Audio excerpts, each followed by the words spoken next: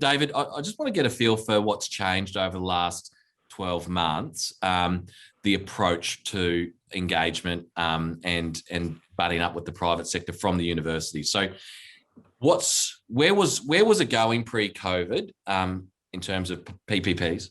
And then I guess what's changed since then? And if you could just give us a sense of where it's going into the future. Well, as I said in the introduction, Adam, I think organisations like Michelle's and La Trobe's, they had a plan and they were moving down that path. You question what's changed. It is using those statistics that you quoted. It's the recognition that we have all these vacant spaces and they cost us money to maintain and they're totally underutilised. So as a way of doing business, which is of educating students, what's the best use of this? And what's changed, I believe, Adam, is now universities, and I've spoken to a few around the country, they're just starting that conversation. It would have been in the back of the mind that it was sitting there and it was underutilised, but just the way the world is, it's saying that, that every uni does it different, but it's, well, first, let's do an analysis of what we've got. And then to Belinda's point, what does it look like going forward? And it's the recognition of those two.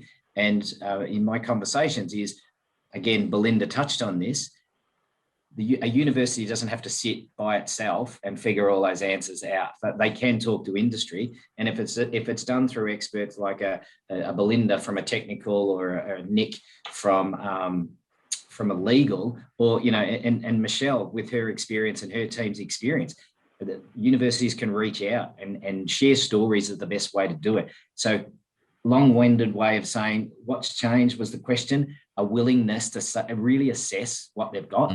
And does that suit my core business? And what sort of different alternate uses are emerging, David, out of that willingness?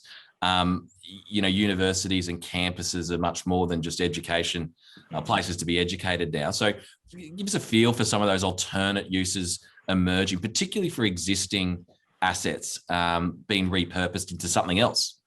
Yeah, well, I'm just going to hold the line here. In universities, business is to create a great place that a student wants to come and be at and learn. And to do that, it's a great place. Although I'm sitting in the middle of Melbourne at the moment, it's fairly quiet. It was a great place. So universities in Victoria started establishing city campuses. It's looking at a place that can create a day and nighttime economy, a place where people want to live. It's not a single purpose asset. And I know in years gone by, having done some work with the University of Melbourne with their engineering school, and their question that was asked of the state government was, do we go to Fisherman's Bend or do we go to Arden? And when you looked around the world and looked at case studies, the best institutions are aligning themselves with industry. So at that stage, Melbourne went to Fisherman's Bend because at that point, GMH were going to retain 650 researchers on site, and it made really good sense.